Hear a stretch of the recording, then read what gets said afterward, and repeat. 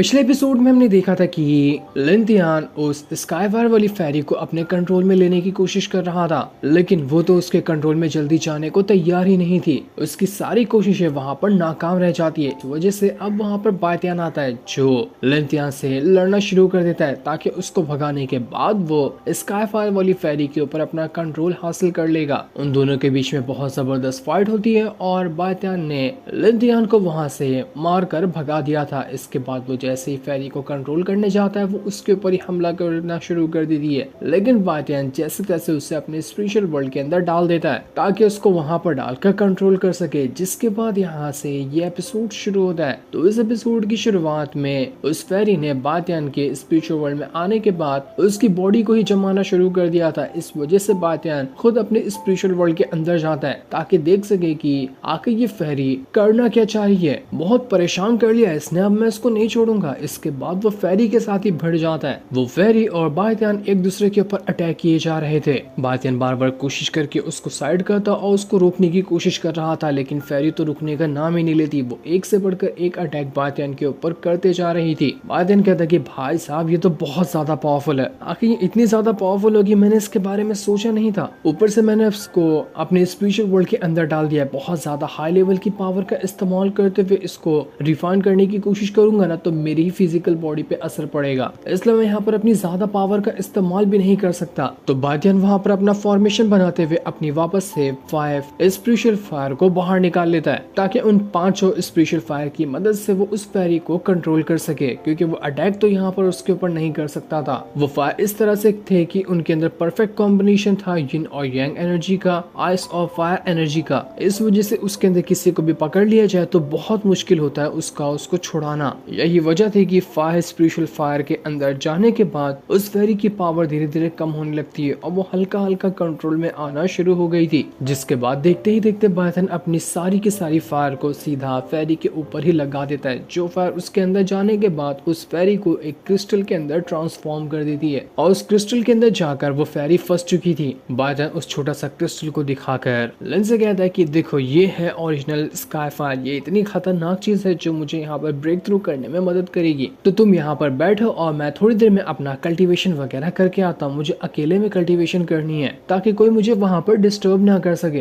तुम जरा आसपास के इलाके में नजर रखना कि कोई यहाँ पर आ रहा तो नहीं है। जिस पर लिन कहती है कि बिल्कुल बायतियान, मैं यहाँ पर तुम्हें अच्छे से प्रोटेक्ट करूंगी, कोई भी यहाँ पर नहीं आ पाएगा। इसके बाद बायतियान वहाँ पर हवा में उड़ते हुए अपना कल्टीवेशन करना शुरू कर देता है ताकि वो यहाँ पर ब्रेक थ्रू कर सके। उसके अंदर से बहुत ज्यादा पावर बाहर निकल रही थी जो कि सब फायर की पावर थी और वही फायर की पावर वो उसे हवा में फ्लोट करवा रही होती है, जिनको बायतियान अपने बॉडी के अंदर कंडेंस करने की कोशिश कर रहा था। बायतियान यहाँ पर अपना आराम से कल्टीवेशन कर रहा होता है तो वहीं लिन जो थी वो आसपास के इलाके में नजर रखी हुई थी कि कोई यहाँ पर आकर बायतियान को कल्टीवेशन करते हुए डिस्टर्ब ना कर दे। काफी देर की मेहनत के बाद बायतियान जब कल्टीवेशन कर रहा होता है तो वो आखिरकार अपना ब्रेक थ्रू कर जा। पहले जितनी उसके पास पावर थी उससे थोड़ी ज्यादा आ गई होती है, तो इसलिए बायतियान यहाँ पर अपनी थोड़ी सी पावर को ब्रेक थ्रू कर चुका था, जिस वजह से वो एक हाथी क्या मारता है पहाड़ तक के टूट जाते हैं। बायतियान कहता है कि जितनी मेरे पास पहले अटैकिंग की पावर थी उससे ऐसा लगता है कि 1 डजन टाइम पे बढ़ चुकी है, लेकिन इस बार जो बायतियान ने ब्रेक थ्रू किया था उसमें उसकी पावर के साथ साथ उसका लेवल भी ब्रेक थ्रू हुआ था, जिस वजह से बायतियान बहुत ज्यादा खुश होता है कि बहुत टाइम लग गया लेकिन आखिरकार मैंने यहाँ पर अपना ब्रेक थ्रू किया, वो भी इस स्काईफायर की मदद से, इसलिए तो मैं इसको चाह रहा था। इसके बाद जैसे वो लिन के पास आता है, लिन उससे कहती है कि बायतियान तुम्हें कांग्रेचुलेशन, तुमने अपना वुजोंग रेल्म को ब्रेक थ्रू कर लिया। ये स्काईफायर तो बड़ी कमाल की चीज थी, बहुत कम मेहनत के अंदर तुमने अपना ब्रेक थ्रू कर लिया है। बायतियान कहता है हाँ बिल्कुल, अब यहाँ पर टाइम हो चुका है तो हमें चलना चाहिए, बस अभी अब यहाँ पर कुछ बचा नहीं है जो हमारे काम का हो। दूसरी तरफ हम एक लड़की को देखते हैं जो बहुत सारा सामान लेकर कहीं जा रही थी। उसके साथी भी वहाँ पर होते हैं। उसके साथी वहाँ पर कह रहे थे कि हमें यहाँ से आगे नहीं जाना चाहिए, आगे बहुत ज्यादा खतरा है। अब तक जो भी आगे गया है वो जिंदा बचकर वापस नहीं आया, तो हमें भी यहाँ से रिटर्न चले जाना चाहिए। लेकिन वो लड़की कहती है कि हम रिटर्न नहीं जाएंगे क्योंकि जो सामान है उसे सेट में ले जाना बहुत ज्यादा जरूरी है। अगर मैं नहीं गई तो मुझे सजा होगी और हमारे सेट की बेइज्जती भी हो सकती है, तो कैसे भी करके हम वहाँ पर जाएंगे। तभी वहाँ से बायतियान की घोड़ा गाड़ी गुजर रही होती है जो उसी तरफ जा रहा था। ये देखकर वो लड़की अपने साथियों से कहती है कि चलो तैयार हो जाओ, हमें भी उसके पीछे जाना है। उसके साथी भी हैरान थे कि आखिर ये इंसान कौन है जो बिना डर के सीधा आगे बढ़ते जा रहा है। वो लड़की बायतियान से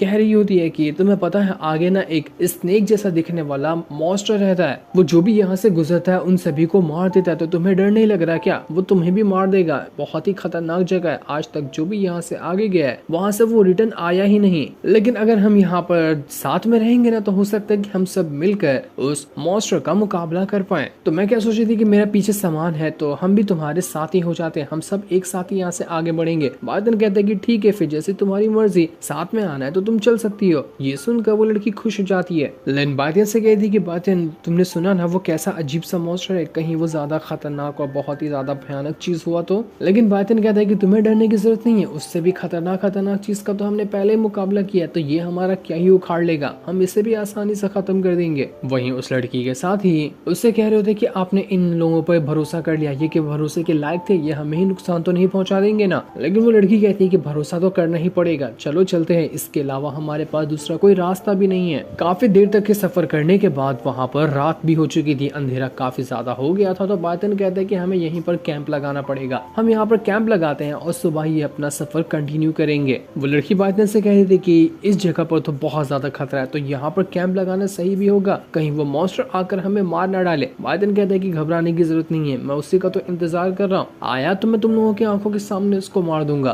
तो कैंप लगाना है तो यहीं पे लगाओ, वरना हम लोग तो यहाँ पर लगाने वाले हैं कैंप। बाकी लोग कह रहे थे कि ये बातन खाली बक बक करता है, इसके पास कोई पावर नहीं होगी, ये हमें बस बेवकूफ बनाने की कोशिश कर रहा है, मुझे उसके ऊपर भरोसा नहीं है। लिन कहती है कि भरोसा नहीं है तो क्या तुम अचार डालने के लिए यहाँ पर आए हो? हमने कब बोला कि तुम लोग हमारे साथ आ सकते हो? तुम्हें जाना है तो जाओ, हम लोग जा रहे हैं आगे, साथ में रहना है तो मुंह बंद करके रहना पड़ेगा। ये सुनकर वो लड़की भी वहाँ पर कह देती है कि अपने साथियों से सभी लोग यहीं पर रुको, हम यहीं पर कैंप लगाएंगे और रात भर यहीं पर रुकने वाले हैं। इसके बाद वो सभी मिलकर रात को कैंप लगा देते हैं और खाना वाना पकाकर खाने लग गए थे। उस लड़की और उसके साथियों को तो डर लग रहा था कि यहाँ पर कुछ न कुछ तो होने वाला है। तभी उन्हें कुछ अजीब सी आवाज सुनाई दी थी, क्योंकि वहाँ पर कुछ स्नेक बढ़ रहे थे उनकी ही तरफ, क्योंकि ये पूरा इलाका स्नेक का ही है। उस लड़की के साथी एकदम घबरा जाते कि यहाँ पर अचानक से इतने सारे स्नेक कैसे आ गए, क्या हो रहा है यहाँ पर। सभी लोग अपनी तैयारी शुरू कर देते स्नेक को मारने की, लेकिन स्नेक तो कम होने का नाम ही नहीं ले रहे थे। एक के बाद एक करते हुए स्नेक ने उनके ऊपर अटैक करना शुरू कर दिया था। बारियान लिन से कहता है कि जाओ लिन जरा देखो इनको क्या करना है, ये लोग तो पागलों की जैसा खाली स्वॉर्ड चला रहे हैं, लेकिन स्नेक तो मर ही नहीं रहे, तुम ही जाकर इनको सबक सिखाओ। इस वजह से लिन जो होती है वो अपनी पावर को एक्टिवेट करती है और अपनी पावर को एक्टिवेट करने के बाद जैसे ही वो स्लैश अटैक करती है कि सारे के सारे स्नेक वहां पर मारे जाते हैं। इतना खतरनाक वाला अटैक था वो। इस चीज को देखकर सभी लोग एकदम हैरान रह चुके थे कि लड़की तो बड़ी खतरनाक है, हमने तो इन लोगों को कमजोर समझा था, लेकिन नहीं, ये लोग बहुत ज्यादा स्ट्रांग है। वो लड़की बातें से कहती कि बातें देखो हमें यहाँ से चलना चाहिए, क्योंकि स्नेक के आने का मतलब है कि स्नेक वाला मॉन्स्टर यहाँ पर आता होगा। यहाँ अब और ज्यादा रुकना सही नहीं है, हमें चलना चाहिए। लेकिन बातें जाने से मना कर देता है। उस लड़की के साथ ही कहते हैं कि देखो ये नहीं जा रहा तो हमें चलना चाहिए, हम जल्दी से यहाँ से भाग जाते हैं, इनको यहीं पे छोड़ देते हैं, वरना इनके साथ हम भी मर जाएंगे। लेकिन बातें कहता है कि अफसोस कि तुम लोग यहाँ से नहीं जा सकते, क्योंकि वो डीमन यहाँ पर आ चुका है। और सच में वो डीमन वहाँ पर पहुंच चुका था, जो एक पहाड़ की चोटी से खड़े होकर इन लोगों को ही नीचे देख रहा होता है। सारे लोगों की फटकर हाथ में आ जाती कि गई भैंस पानी में, हम तो फंस गए, इस बातें ने हमें ऐसा फंसाया कि हम लोग अब इधर के ना रहे ना उधर के रहे, ये स्नेक मॉन्स्टर हमें यहाँ पर चांद से मार देगा। वो एक स्नेक मॉन्स्टर जैसे ही यहाँ पर एक घोड़े से होकर गुजरता है कि घोड़ा उसके ऑरा से ही मर चुका था। इतना ज्यादा खतरनाक होता है वो स्नेक मॉन्स्टर। एक स्नेक मॉन्स्टर जो था वो चारों तरफ छुप छुप कर उन सभी के ऊपर अटैक कर रहा था। वो अपने वेपन को फेंक फेंक कर उनके ऊपर अटैक किए जा रहा होता है। वो लड़की तो यहाँ पर उसके वेपन को रोकने की कोशिश कर रही थी, लेकिन उतना ज्यादा कुछ कर नहीं पाती और उस लड़की की भी हालत एकदम खराब हो जाती है। उस लड़की के साथ ही उसको बचाने के लिए आते हैं, लेकिन वो लड़की कहती है कि नहीं, तुम लोगों को कुछ करने की जरूरत नहीं है, मैं यहाँ पर हूँ ना, मैं चाह रही हूँ इस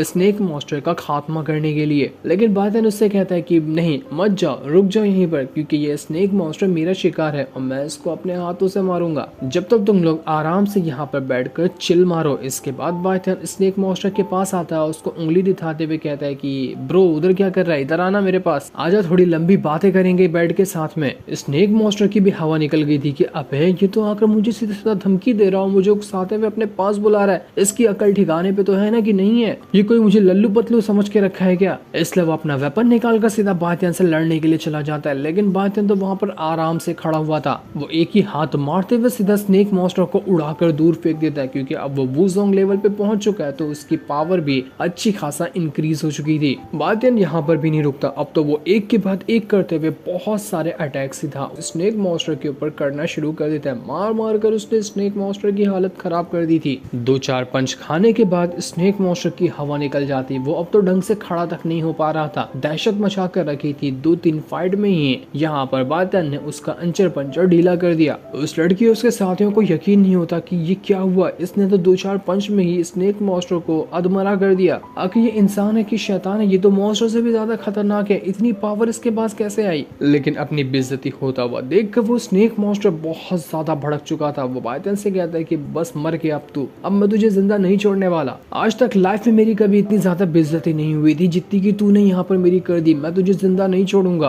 वो जैसे बादशाह के ऊपर अटैक करने वाला था, बादशाह उसी स्काईफायर वाली फेरी को बाहर निकालता है जो अपनी पावर का इस्तेमाल करते हुए स्नेक मॉन्स्टर उसके वेपन को जमा देती है। उस फेरी के अंदर बहुत ही ज्यादा हाई लेवल की आइस पावर है, तो उसके सामने कोई भी ऐसी चीज क्यों ना हो वो सब जम जाएगी। उसके पास जमाने वाली ही पावर थी, तो जमा कर उसने सब चीज को ठंडा कर दिया था। वहां पर मौजूद सारे लोग एकदम हैरान थे कि आखिर ये फेरी कैसी है। इसके पास तो इतनी पावर है कि इसने हवा तक को जमा दिया है। देखो हवा भी बर्फ बनकर नीचे गिर रही है। कितनी खतरनाक थी ये। इस तरह की फेरी को तो हमने अपनी लाइफ में कभी नहीं देखा था। इसके बाद बादशाह बस एक ही उंगली मारते हुए स्नेक मॉन्स्टर को बर्फ से आजाद कर देता है ताकि देख सके कि अभी तो अपनी हिम्मत हारा या फिर इसको फिर से फाइट करनी है। स्नेक मॉन्स्टर कहता था कि आखिर ये बच्चा इतना ज्यादा स्ट्रॉन्ग कैसे हो सकता है। मेरे इतने साल के तजुर्बे में आज तक मैं कभी ऐसे बंदे से नहीं मिला था जो इतनी कम उम्र में इतना ज्यादा स्ट्रॉन्ग हो। ये तो मेरे हर अटैक को डिस्ट्रॉय करते जा रहा है। मुझे तो अपने सामने खड़ा तक नहीं होने दे रहा। इसलिए वो वहां पर पॉइजन फैलाकर वहां से गायब हो जाता है ताकि सभी का ध्यान भटका सके। इस चीज को देखकर बादशाह समझ चुका था कि ये तो यहाँ से भागा है लेकिन बाद में जरूर परेशान करने के लिए आएगा। तो वो लिन से कहता है कि आ जाओ लिन, हम इसका पीछा करने चलते हैं। इसको जिंदा छोड़ देना मतलब हमें ही मुसीबत को दावत देना है। इसलिए वो दोनों स्नेक मॉन्स्टर को ढूंढने के लिए निकल चुके थे। जो सीन दिखाते ही ये एपिसोड यहीं पर एंड हो जाता है। थैंक्स।